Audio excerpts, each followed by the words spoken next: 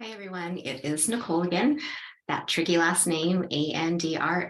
We're going to say Andra because phonetically that's how it looks like. However, my husband's family all pronounces it differently. So I'll answer basically to whatever you want to call me as long as it's something that's nice. We are following up from a presentation that I gave previously on new business, getting your foot in the door. If you haven't seen that yet, you may want to watch that before you jump in here. Either way, it's going to be some great information. And speaking of that information, it's going to be a lot of good detail into a condensed amount of time. So don't plan on for more than 15 minutes here as we talk about this. I am going to go ahead and give you an introduction of myself. Let's just pull this up if it's going to let me. Here we go. All right. So let's talk about building business, as I mentioned, building business relationships, because last week we worked on getting our foot in the door with new businesses. Quick introduction of myself. I'm a 45-year-old mother of 4. This picture is a little bit old. The children are now 21, 18, 15, and 12. I worked in referral relations for a few years and came in completely green, completely new. I had no relationships at all and ended up becoming very successful and wanted to just share some of what worked for me that I had to figure out on my own that got great results from. I live in sunny Southern Utah, which is a beautiful place to do 2 of the things that I love, and that is playing pickleball and rock hounding. Above everything, I would enjoy spending time playing board games with my family, however. All right, let's jump into the outline. We're going to talk about, we already did the introduction. We're going to talk about how to build a business relationship, do your research, ask open-ended questions, do an activity, and then we're going to summarize it. Okay, let's jump in right now. Okay, research. Why is research important as we are building a business relationship? Well, it is because knowledge is power. A quick idea of what that looks like, what that means. When I was about 19 years old, actually, let me backtrack. I used to be horribly afraid of going to the dentist when I was a child, even a teen. I mean, no one likes to go to the dentist, but it was complete fear. Well, when I was about 19 years old, I was offered a job as a dental assistant, and that completely changed my world in my fear of going to the dentist. Why? Because knowledge is power. I understood what the instruments were. I understood the procedures, what they were doing in my mouth, and I was no longer afraid because I knew exactly what was going on. So to give you an idea of how that rolls into business building relationships, one is that it shows interest. If you do your research on them, it shows that you have interest in working with them, getting to know them. To give you an example, what you can do with that, what would you say? What would you think if I just showed up on your doorstep with your favorite gallon of ice cream? I mean, one, you may hate me because I'm not helping your diet out at all.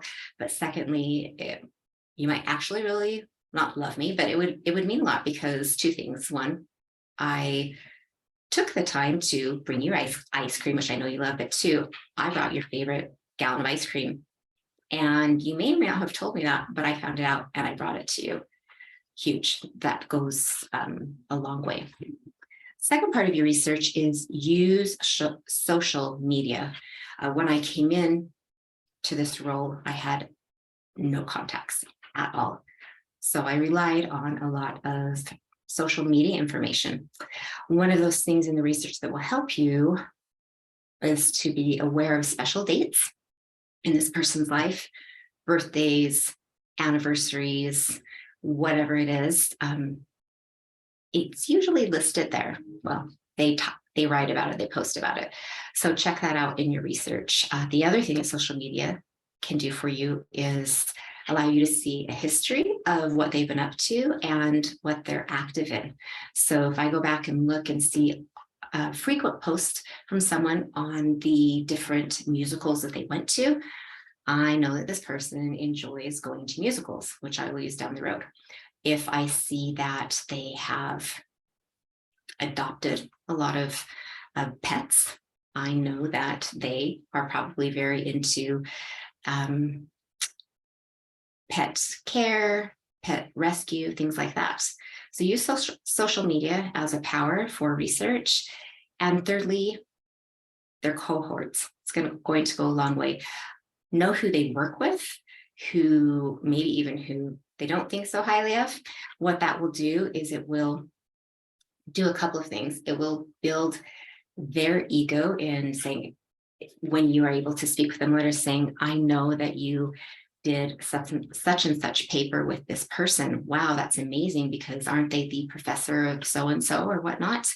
It will help you in conversations down the road. It will help you in knowing what they have done, their accomplishments, and it will also build their ego.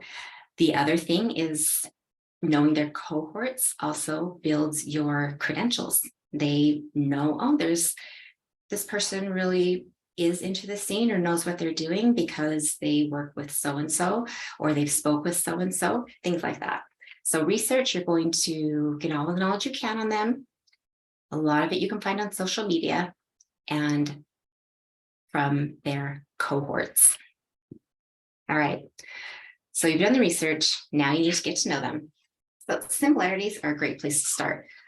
It actually is, again, another physiological fact that our bodies are the way we're wired. We are actually naturally attracted to people in which we have similarities with. So automatically, if you can connect or be aware of a similarity that is there with that person you are trying to build a relationship with, bring that up, because sometimes the similarities aren't obvious, right? Let's say you're an introvert, they're an extrovert, so that isn't an automatic connection. However, if you find out that you both spent a summer in Europe, maybe even in the same city, there is an automatic similarity and you have something to build off of. So look for them and point them out to the person that you are trying to build a relationship with. The other thing that you want to do that similarities do is that, again, it connects you. So it's a natural attraction. And I hate to say this, actually, I don't, kind of do anything you can. But if you know that someone has an interest in something, let's go back to sports again. If you know they have an interest, they're a big Utah Jazz basketball fan. Well, you wear a t-shirt to an activity that a group is doing with them, that could automatically pull them in as a natural attraction because they see that you're wearing a Utah Jazz t-shirt and they happen to be a Utah Jazz fan. Again, natural attraction. Second, though, the thing that similarities do is it gives you something to connect on. So let's say that you mention or you notice that at dinner, they don't order salad dressing on their salad, they order on the side. That's just something that I do. I might notice that someone else does that at my table and bring that up. Oh, you don't order salad on your dressing either, and kind of connect off of that. It sounds really silly. And we know that it helps in the natural attraction. And then just build on what you have similar with them. It will do two things. It will help you in the future as far as being able to connect on similar activities and have a reason to do them together.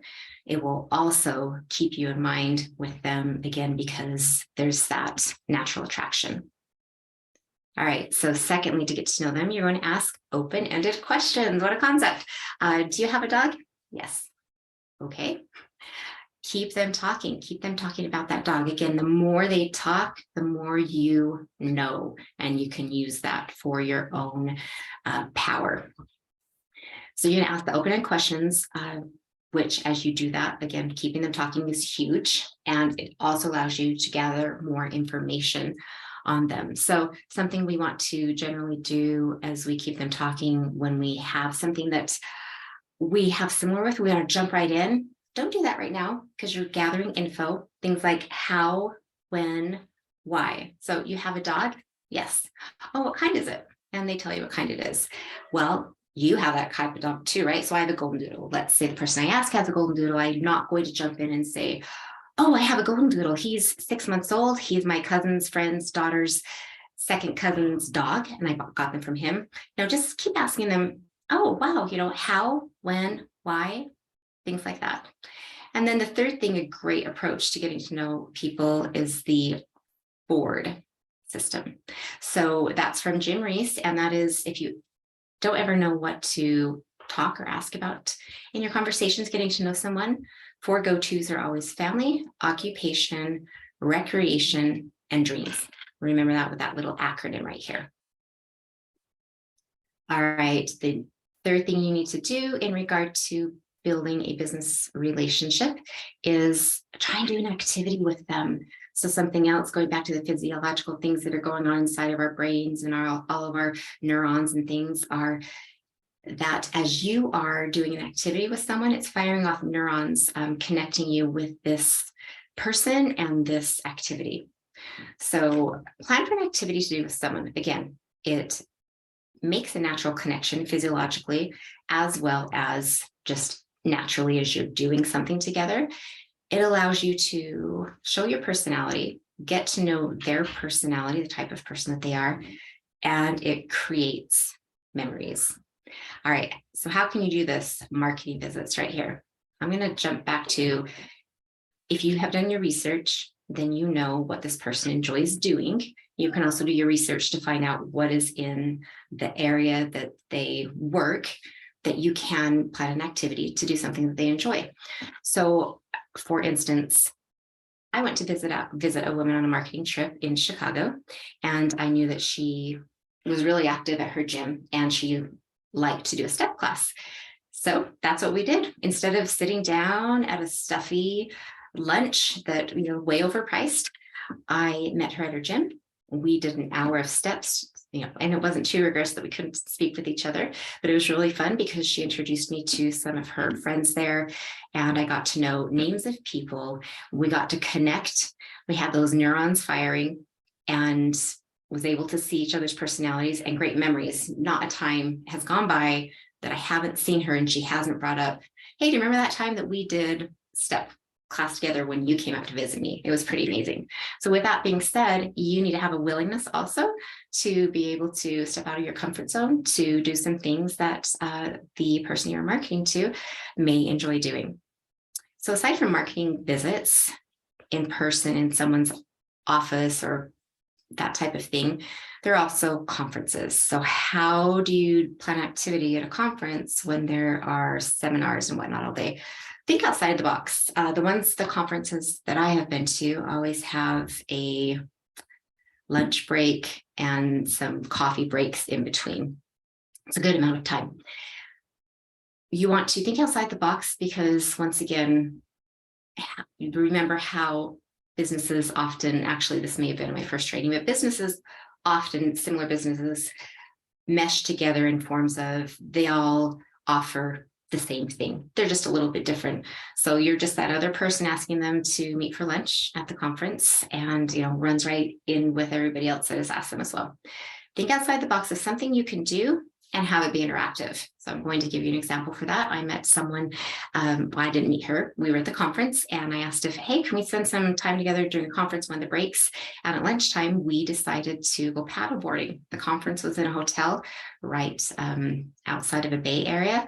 We hopped on paddle boards at lunchtime, packed our swimsuits. Obviously, it's something that we planned in advance, and did that. And again, something that rarely time goes by where I see her that we don't talk about that amazing time that we had at the conference, paddleboarding at lunchtime. It was pretty great. All right, and let's sum up what we talked about. We know that we need to do our research first. We will have a lot more information from that because knowledge is power. Ask questions. You are building a relationship here, not selling yourself, building a relationship.